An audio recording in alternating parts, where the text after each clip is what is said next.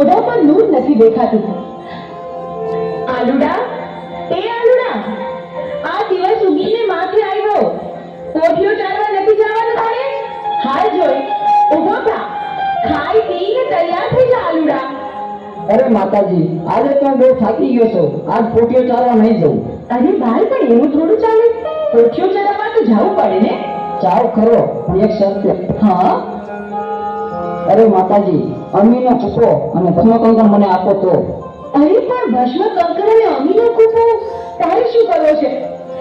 ભલે બેટા, હું તને ભસ્મ કંકર અને અમીનો કૂપો આપું તો ખરી, પણ હાંજે હાંચવીને પાછો લેતો આવજે અને મને પાછો સોંપજે. બહુ સારું માતાજી.